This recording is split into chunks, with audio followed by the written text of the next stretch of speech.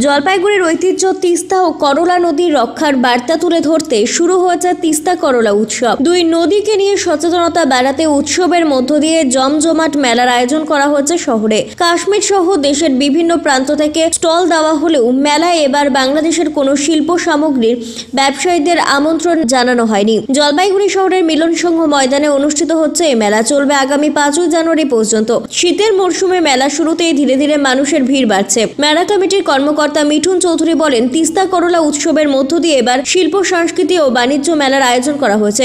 মেলার উত্তরবঙ্গের ও দেশের বিভিন্ন প্রান্তের 110টি স্টল রয়েছে, সঙ্গে রয়েছে খাবারের বিভিন্ন স্টল ও বাচ্চাদের জন্য বিনোদনমূলক পার্ক। মেলায় স্বনির্ভর গোষ্ঠীর মহিলাদের বিভিন্ন শিল্প সামগ্রী স্টল রয়েছে। মেয়েদের হাতে তৈরি হস্তশিল্পের বিভিন্ন সামগ্রী নিয়ে এসেছে তারা। তবে অন্যান্য বছর এই মেলায় বাংলাদেশের শাড়ি, গুড়, নোনা ইলিশ সহ বিভিন্ন সামগ্রী স্টল দেওয়া হলেও সেখানকার অস্থির পরিস্থিতির জন্য এবার মেলা কমিটির পক্ষ থেকে কোনো বাংলাদেশি ব্যবসায়ীকে আমন্ত্রণ জানানো হয়নি।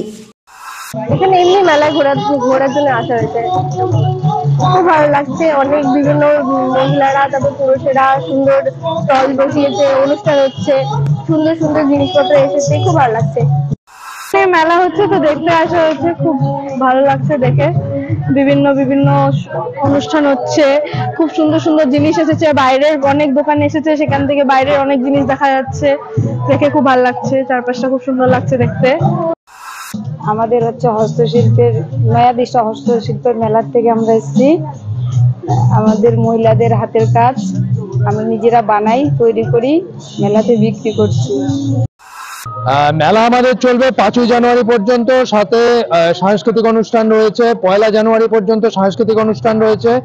এছাড়াও আমাদের এখানে প্রতিযোগিতামূলক অনুষ্ঠানগুলো রয়েছে, যেমন বসে আঁকো, আবৃত্তি, একটা আকর্ষণীয় অনুনাটক প্রতিযোগিতা রয়েছে। আমরা বাণিজ্য মেলা তো রয়েছেই, তার সাথে আমরা নাম দিয়েছি তিস্তা করলা উৎসব।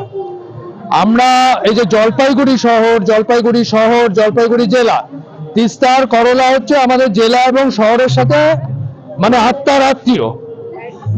আমাদের করলা যেরকম আমাদের শহরের মাঝখান দিয়ে বয়ে চলা একসময় টেমস বলা হতো, তেমনি জলপাইগুড়ি জেলা যদি বলতে হয় তিস্তা নদী ছাড়া ভাবা যায় না।